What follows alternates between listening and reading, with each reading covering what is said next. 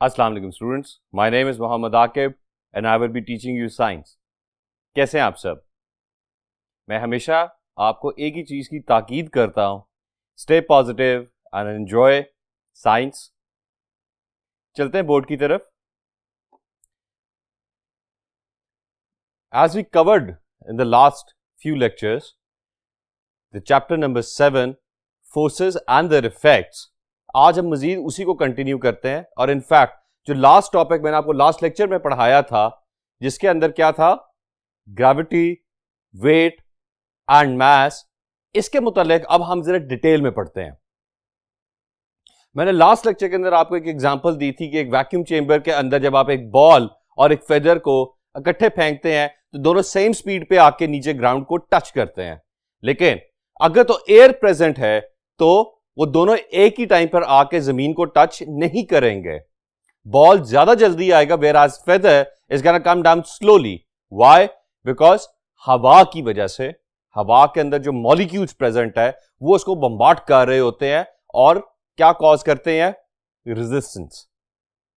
इसी लेक्चर के अंदर आज हम उसको भी मजीद पढ़ेंगे, लेकिन first of all let's study what weight is, mass is and gravity is. इसको अब हम डिटेल में पढ़ते हैं। Look at the board. Over 300 years ago, Sir Isaac Newton discovered a force of attraction known as the gravitational force. As I told you in the last lecture, Sir Isaac Newton ने 300 साल पहले इसको discover किया था, एक force को। ये वो फोर्स थी जो कि कहलाती है द फोर्स ऑफ अट्रैक्शन, जिसे हम ग्रेविटी कहते हैं। How did he discover that?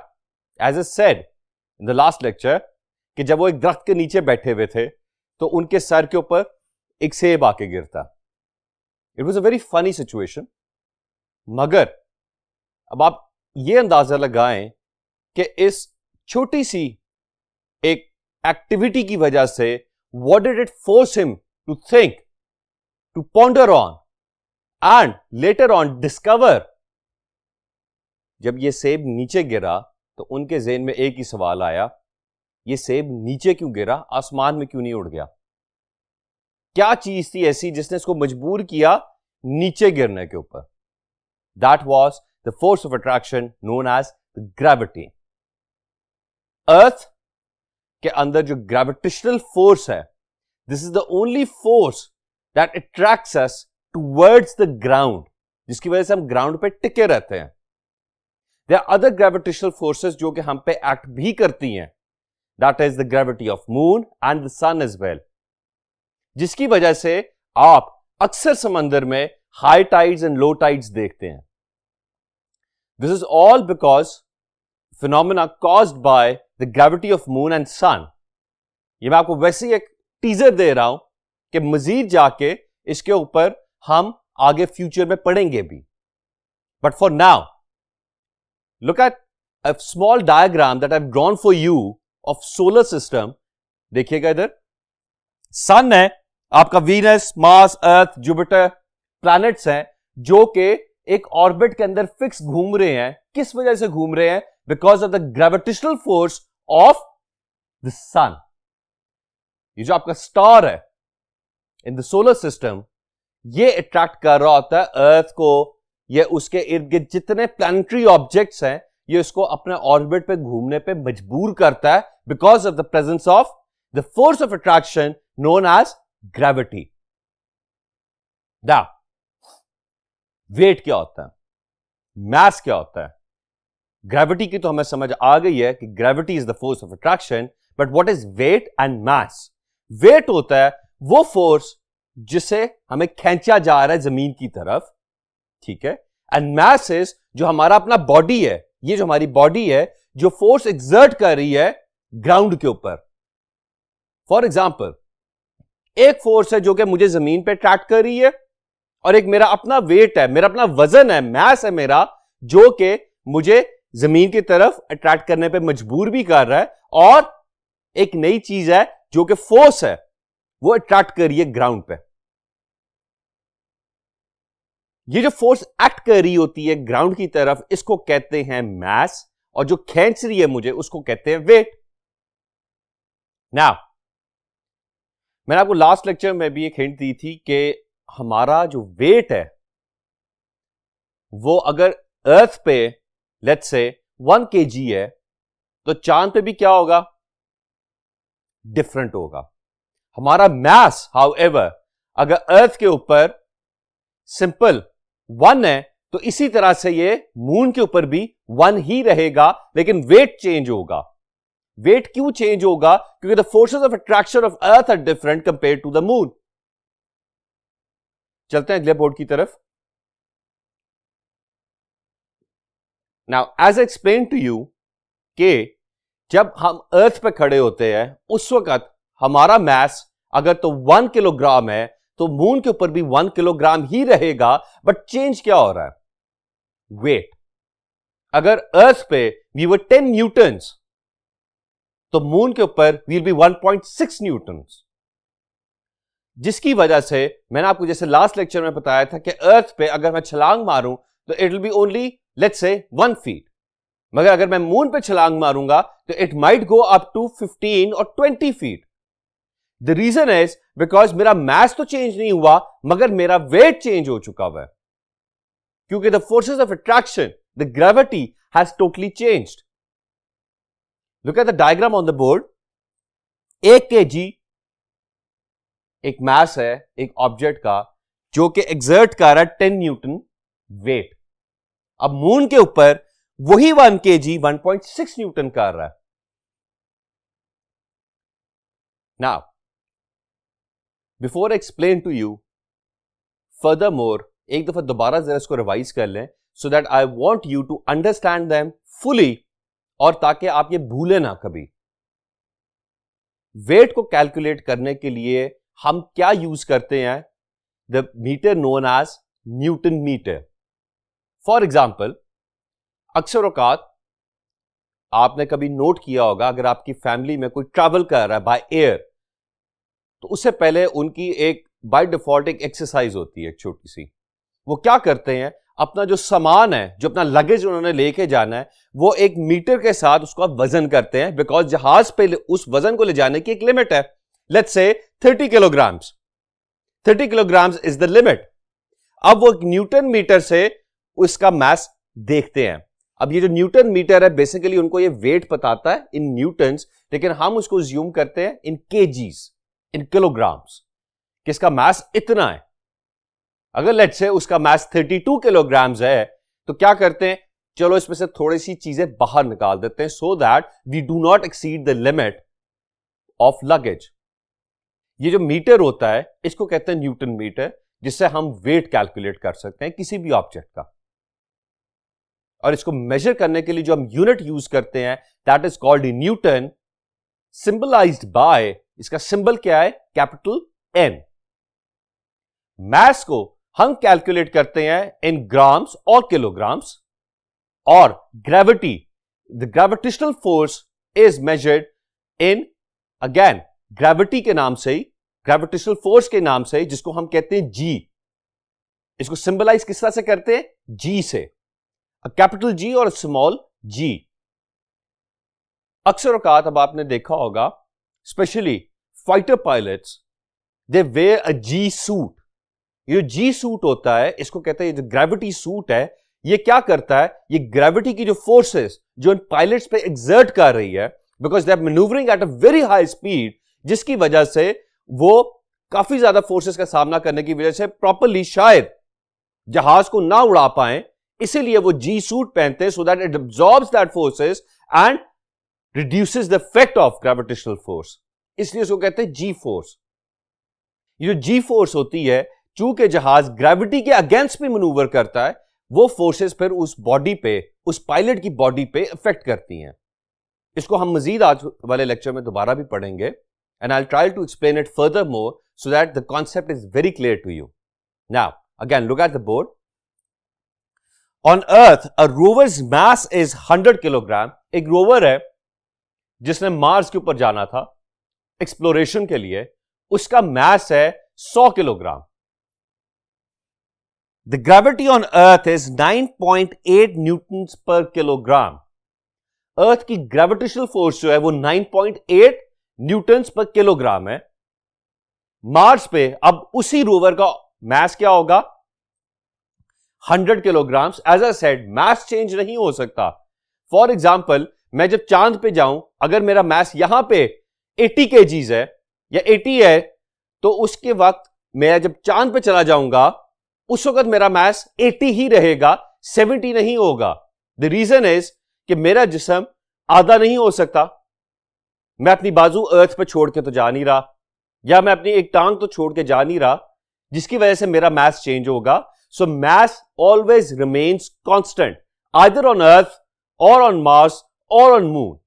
आप किसी भी प्लैनेट पे हो, मास कभी चेंज नहीं होगा। चेंज क्या होता है? वेट।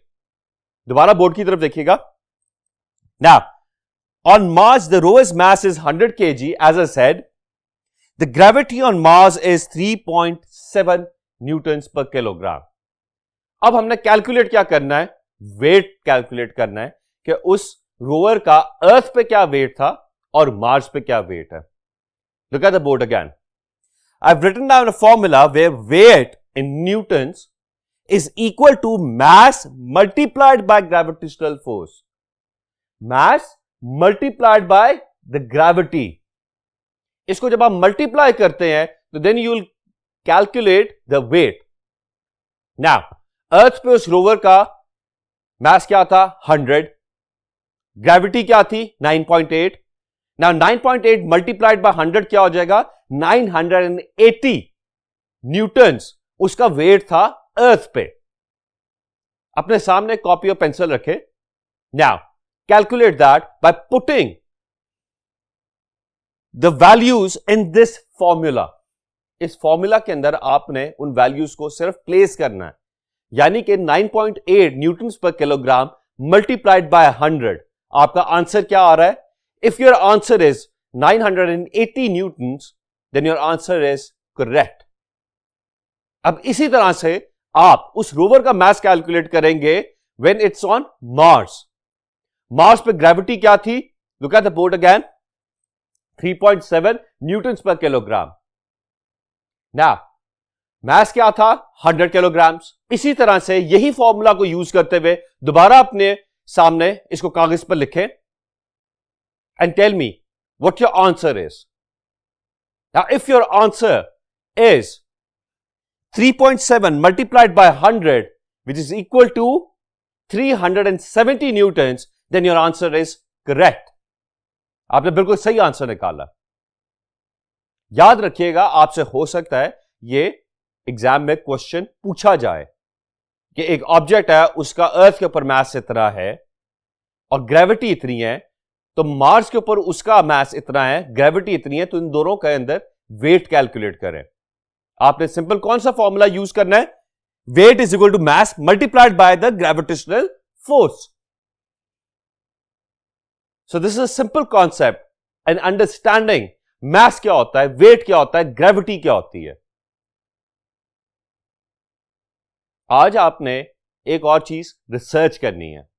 जब रॉकेट्स के अंदर astronauts go into the space, तो उन पे कौन कौन सी फोर्सेस अप्लाई हो रही हैं। And the reason why I am telling you this is because rocket goes against the gravity. Exactly. अगर आपके ज़हन में ग्रेविटी आ रहा है, then you are doing a superb job. आपको बहुत क्लियरली समझ आ चुकी हुई है अभी तक कि ग्रेविटी क्या है, मास क्या है एंड वेट क्या है। इसको किताब से जरूर एक दफा गो थ्रू करिएगा। चलते हैं अगले बोर्ड की तरफ। Now slowing objects down, what does this mean? अब कोई भी एक ऑब्जेक्ट है, गाड़ी हो गई, जहाज हो गया, शिप हो गई, ट्रेन हो गई, आप भाग रहे हैं, आप साइकिलिंग कर रहे हैं, अब आपने उसको स्लो डाउन करना है या आपने उसको रोकना है।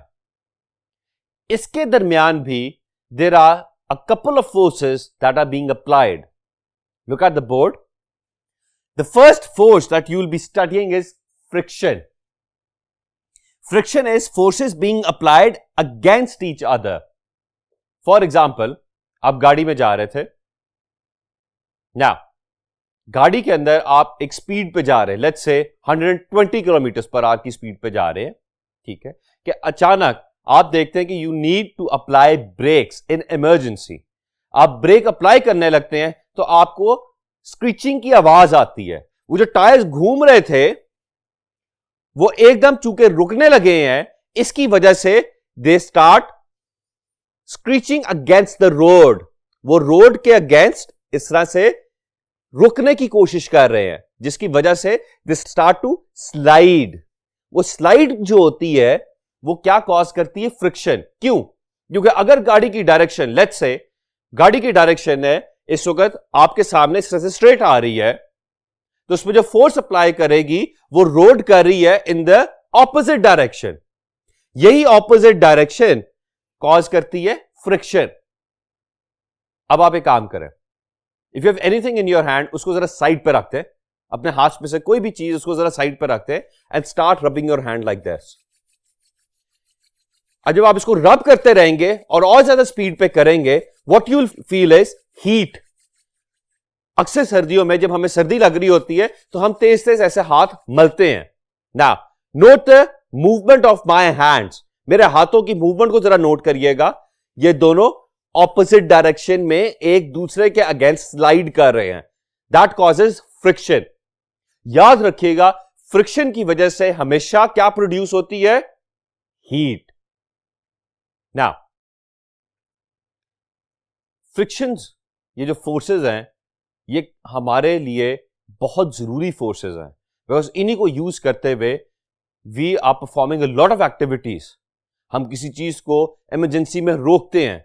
इवन फॉर एग्जाम्पल, जब ट्रेन को इमरजेंसी में रोका जाता है तो उसके भी जो टायर्स हैं, the metallic tyres all made of metal, starts to actually cause friction against the rail, जिसकी वजह से क्या प्रोड्यूस हो रही होती है? हीट प्रोड्यूस हो रही होती है।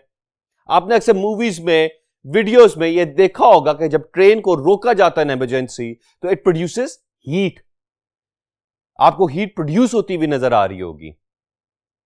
अब आजकल फ्रिक्शन की जरूरत को यूज करते हुए, इस कॉन्सेप्ट को यूज करते हुए, डू यू नो कि वेल्डिंग नहीं की जाती है, दो मेटल्स को बहुत तेज स्पीड पे एक दूसरे के साथ फ्रिक्शन की को मद्देनजर रखते हुए, इस कॉन्सेप्ट को मद्देनजर रखते हुए, फ्रिक्शन, एक मेटल दूसरे मेटल के साथ, दो मशीन्स आपस में उसको तेज तेज मूव करती हैं, फ्रिक्शन प्रोड्यूस होती है।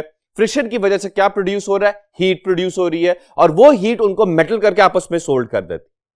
सो this is a new concept of welding two metals together by using friction. इसको बुक में दोबारा जरा गौर से जरा पढ़ भी लीजिएगा इसको, and you'll easily understand what friction is. चलते हैं अगली फोर्स की तरफ, which is air resistance. Now, ये आपका भी और मेरा भी बड़ा ही फेवरेट टॉपिक है। अभी आपको पता लगेगा क्यों। एयर रेजिस्टेंस क्या होती है? अक्सर औकात आपने ये सुना होगा कि द ऑब्जेक्ट इज स्ट्रीमलाइंड, बहुत कम एयर रेजिस्टेंस है। एयर रेजिस्टेंस बेसिकली ये होती है कि जब मैं भाग रहा होता हूं तो basically I am actually going through air. मैं हवा के अंदर अगर भाग रहा हूं तो हवा मुझे रोकने की कोशिश करती है। वाई? बिकॉज हवा जब मेरी तरफ आती है तो बेसिकली मेरी बॉडी से वो टकराती है। जब वो टकराती है, दैट कॉजेस एयर रेजिस्टेंस। आपकी गाड़ी जब एक तेज स्पीड पे जा रही होती है तो कभी हाथ बाहर निकाल के देखिएगा, आपका हाथ पीछे की तरफ हवा धकेलेगी। वाई? ये अक्सर छोटे होते हैं, हम ये एक्टिविटी जरूर करते होते थे कि जब अब्बू गाड़ी तेज स्पीड पे चला रहे हैं तो हम शीशा नीचे करके हाथ बाहर निकालते थे और हाथ हमारा पीछे को जाता था। ये क्या कॉन्सेप्ट है? इसे कहते हैं एयर रेजिस्टेंस। एयर रेजिस्टेंस की वजह से the air actually pushes your hand towards its own direction जिसमें वो चल रही है। नाउ, अब ये मेरा और आपका फेवरेट टॉपिक क्यों है? इसीलिए क्योंकि इसमें मैं अब आपको समझाऊंगा कि एक नॉर्मल गाड़ी में और एक स्पोर्ट्स कार में फर्क क्या होता है। दोनों में एक तो हम उस कॉन्सेप्ट को अभी हम चूंकि पढ़ेंगे नहीं, that will take a lot of time and I know that it's of high interest to you, अभी हम उसको कवर नहीं करेंगे। लेकिन एक नॉर्मल गाड़ी में और एक स्पोर्ट्स कार में फर्क होता है उसकी बॉडी का, उसकी शेप का। एक normal car, a sedan, a normal sedan, ठीक है, जब वो जा रही होती है 100 किलोमीटर पर आवर की स्पीड पे, तो उसको एयर रेजिस्टेंस रोकने की कोशिश कर रही होती है। इसीलिए वो जब भी अपनी फुल पावर में एक्सर्ट कर रही होती है, so the air resistance actually does not allow it कि वो अपनी फुल पावर को यूटिलाइज कर सके, क्योंकि वो उसकी स्पीड के अगेंस्ट है, उसको रोकने की कोशिश कर रही होती है। Where as a sports car, let's say for example a formula 1 car, अब आप उसकी शेप को देखें, it's totally manufactured in a way कि इसके ऊपर एयर रेजिस्टेंस इफेक्ट ही नहीं करती है, इसको एयर कुछ कर ही नहीं सकती है। वाई? बिकॉज वो हवा उसकी शेप से साइड से होकर निकल जाती है और वो आराम से विदाउट एनी एयर रेजिस्टेंस एक हाई स्पीड पे फुल परफॉर्मेंस देती है। दैट इज वाई अब अगर तो एक सेम पावर कार लेकिन वो स्ट्रीमलाइन नहीं है, और एक स्पोर्ट्स कार जो कि स्ट्रीमलाइंड है, आप इन दोनों की अगर रेस कराएंगे तो आपको क्या लगता है कौन सी गाड़ी जीतेगी? Exactly, the car that is streamlined. Streamlined means के उसकी शेप को इस तरह से मैन्युफैक्चर किया गया है that the air resistance does not effect on it. All your aeroplanes, the passenger airliners, the fighter aircrafts, even submarines, ships, इन सबको डिजाइन ही इस तरह से किया जाता है कि इन पे मिनिमल एयर रेजिस्टेंस इफेक्ट करे, so that they can achieve their desired speed, they can utilise their desired power. अब जहाज है, फॉर एग्जाम्पल, जब वो टेक ऑफ करना है तो उसको टेक ऑफ करने के लिए बहुत हाई स्पीड चाहिए, लेकिन अगर तो जहाज स्ट्रीमलाइंड नहीं है तो हवा तो उसको टेक ऑफ करने नहीं देगी, ना ही वो उसको उड़ने देगी, ना ही वो उसको लैंड करने देगी। That is why an object needs to be streamlined. This is a simple concept जिसके थ्रू हमने एयर रेजिस्टेंस को ओवरकम किया। लेकिन एयर रेजिस्टेंस को हम पॉजिटिवली यूज कहां करते हैं? आपके पैराशूट्स। जब एक पैराट्रूपर जहाज से छलांग लगाता है और अपना पैराशूट खोलता है तो वो क्यों जमीन के ऊपर तेज स्पीड पे नहीं आता? Because of the air resistance जो कि उसके पैराशूट को बहुत स्लोली नीचे लेके आ रही होती है। Paragliding, you use air resistance again to glide in the air. I hope आपको ये दोनों कॉन्सेप्ट समझ आए होंगे। चलते हैं अगले बोर्ड की तरफ। नाउ स्टॉपिंग अ कार, बड़ा सिंपल सा कॉन्सेप्ट है, and this is the last topic of your chapter. I'll explain it to you now कि गाड़ी को जब हम रोकते हैं तो क्या होता है। अब आपके ज़हन में वो सारी फोर्सेस अप्लाई होना शुरू हो चुकी होंगी कि इसमें कौन कौन सी फोर्सेस अप्लाई हो रही होती है। फ्रिक्शन अप्लाई हो रही होती है और एयर रेजिस्टेंस भी अप्लाई हो रही होती है। नाउ एक गाड़ी है जो कि, बोर्ड की तरफ देखिएगा, 12 मीटर पर सेकेंड की स्पीड पे जा रही थी कि उसने एक स्टॉप साइन देखा। स्टॉप साइन देखते साथ ही the natural instinct of a driver is कि he starts to apply brakes. वो ब्रेक अप्लाई करना शुरू करता है तो गाड़ी जो कि एक्सेलरेट कर रही थी, एक नॉर्मल स्पीड पे जा रही थी या कांस्टेंट स्पीड पे जा रही थी, यानी कि एक ही स्पीड पे जा रही थी, दैट इज 12 मीटर पर सेकेंड, वो आहिस्ता स्लोली अपनी स्पीड कम करना शुरू कर देती है। Look at the board. अब ये गाड़ी अपनी स्पीड को कम कर रही है। So from 12 meter per second, it has started to slow down until it comes to a full stop. Now, एक गाड़ी 12 मीटर पर सेकेंड की स्पीड पे जा रही है, ब्रेक अप्लाई होती है, वो gradually and slowly comes down to 10 meters per second, then 6 meters per second, then 4 meters per second until it comes to a full stop. गाड़ी अब ब्रेक लगा चुकी है। अब इसके दौरान भी हम रिवाइज कर लेते हैं जो आज हमने सारा पढ़ा है ना। ग्रेविटी बेसिकली, और ये जो फोर्सेस हैं, ये जो वेट है, ये सारा का सारा कॉन्सेप्ट अप्लाई होता है हमारी इन डेली लाइफ्स के अंदर इसी तरह से, क्योंकि गाड़ी का एक अपना मैस भी है। वो मैस है उसका जिसके ऊपर वो रोड पे चल रही है ना। जितनी भारी गाड़ी होगी उसको उतना टाइम लग जाता है स्लो डाउन करने में, क्योंकि फोर्सेस एक्ट कर रही हैं। अब गाड़ी अगर तो लेट से आपकी तरफ आ रही है तो वो एक फोर्स से आपकी तरफ मूव कर रही है। दैट इज वाई जब ब्रेक अप्लाई होती है तो क्या होता है कि आप थोड़ा सा आगे की तरफ झुकते हैं। अगर कोई अचानक ब्रेक लगाता है, नोट करिएगा, आप गाड़ी में बैठे और अचानक कोई ब्रेक लगाता है तो आप आगे की तरफ जाते हैं, आप उधर ही अपनी जगह पे नहीं बैठे रहते। व्हाई? बिकॉज आप गाड़ी के साथ उसी फोर्स का हिस्सा बन चुके हुए हैं जिस डायरेक्शन में वो जा रही है। यानी कि अगर वो आपकी तरफ आ रही थी तो आप उसी डायरेक्शन की तरफ उसी फोर्स का हिस्सा बन चुके हुए हैं। That is why when car stops तो आप आगे की तरफ झुकते हैं। अब आप लेट्स से, मैंने जैसे आपको मिसाल दी कि आपकी तरफ डायरेक्शन है उस गाड़ी की, तो वो आपकी तरफ आते हुए, यानी कि मैं आपकी तरफ झुकूंगा जब वो ब्रेक लगाएगी। नाउ एक तो ये फोर्स हो गई। अब दूसरी फोर्स क्या है, वो जो अब टायर्स के अंदर अप्लाई हो रही है ब्रेक लगाते हुए। नाउ द ब्रेक एक्चुअली जैसी अप्लाई होती है फ्रिक्शन कॉज करती है and the tyre slowly starts to reduce its speed. अगर आप एकदम ब्रेक लगाते हैं तो वो एकदम टायर को रोकती है, जिसकी वजह से क्या होता है, वही टायर अगेन फ्रिक्शन आज रोड के ऊपर, जिसकी वजह से टायर्स क्या करते हैं, स्क्रीचिंग आउट। एक साउंड आती है आपको कि वो गाड़ी स्क्रीच कर रही है against the road. Air resistance further actually assist, वो हेल्प करती है गाड़ी को रुकने में। अगर गाड़ी का वेट कम है तो it can also lose its balance, वो कंट्रोल से बाहर भी हो सकती है। सो द रोड ग्रिप, ये वो है जो कि आप अक्सर सुनते होंगे कि गाड़ी की रोड ग्रिप बहुत अच्छी है, गाड़ी की रोड ग्रिप अच्छी नहीं है। लेकिन अगर गाड़ी की रोड ग्रिप बहुत अच्छी है तो इट विल नेवर स्किड, वो साइड पे नहीं जाएगी या वो किसी और डायरेक्शन में नहीं, वो सीधा इसी तरह से आके रुक जाएगी।